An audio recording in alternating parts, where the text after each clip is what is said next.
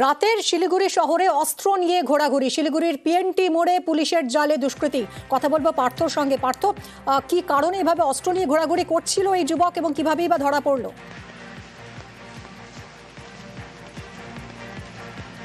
দেখো, সন্দেহভাবে কিন্তু ঘুরছিল একেবারে থানা থেকে কিছুটা দূরে পিএনটি মোড়, সেই পিএনটি মোড় সংলগ্ন এলাকায়। যখন রাতে পুলিশের যে সাদা পোশাকের পুলিশ যখন টহলদারি চালাচ্ছিল, তখনই এই যুবকের চলাফেরা দেখে সন্দেহ হয় সাদা পোশাকের পুলিশের, এবং তারা গাড়ি থামিয়ে এবং এই যুবকটিকে যখন আটক করে এবং জেরা করতেই কিন্তু সামনে আসে এই ঘটনা, এবং তার কাছ থেকে 2 রাউন্ড তাজা কার্তুজ এবং একটু আগ্নেয়াস্ত্র উদ্ধার করেছে। কোত্থেকে এলো এই আগ্নেয়াস্ত্র, বা সেই আগ্নেয়াস্ত্রতে তার কি মতলব ছিল বা কি উদ্দেশ্যে সে ওই এলাকায় জড়ো হয়েছিল, সেই সব বিষয়ে কিন্তু এখন তাকে জেরা চালাচ্ছে, এবং আজ তাকে শিলিগুড়ি মহকুমা আদালতে তোলা হবে। আবার পুলিশ তাকে নিজেদের হেফাজতে নিয়ে তাকে জেরা চালাবে, কেননা এই ধৃতের দুষ্কৃতির বাড়ি কিন্তু শিলিগুড়িতেই, এবং এর আগেও তার বিরুদ্ধে কোনো রকম অভিযোগ ছিল কিনা বা কোত্থেকে এই সমস্ত বিষয় খতিয়ে দেখবে পুলিশ। অনেক ধন্যবাদ পার্থ।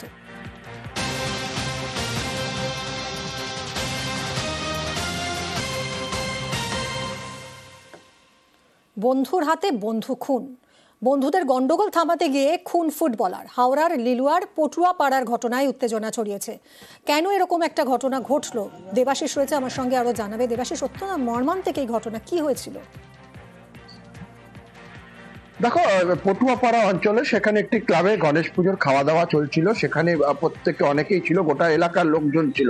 সেখানে হঠাৎ করে এই অমিত রায়চৌধুরীর সঙ্গে তারই এক পরিচিত, তার সঙ্গে বাদ বিতণ্ডা শুরু হয়।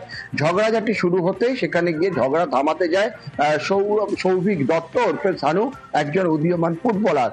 সে যখন ঝামেলা থামাতে যায়, হঠাৎ করে অমিত তাকে, অর্থাৎ যার সঙ্গে ঝামেলা, তাকে ছেড়ে হঠাৎ করে পকেট থেকে ছুরি বার করে সোনুর গলায় এবং বুকে সেখানে কোপ বসায়, এবং ঘটনাস্থলে রক্তাক্ত অবস্থায় পড়ে যায়। তাকে হাসপাতালে নিয়ে গেলে মৃত বলে ঘোষণা করে।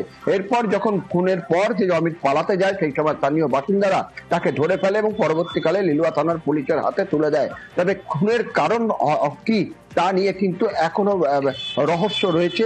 পুলিশ পুরো ঘটনার তদন্ত শুরু করেছে। ঘটনাস্থলে বিশাল পুলিশ বাহিনী ও র্যাব মোতায়েন করা হয়েছে, এবং গতকালের ঘটনার পর থেকে কিন্তু এলাকায় যথেষ্ট উত্তেজনা রয়েছে। মিমি, ধন্যবাদ।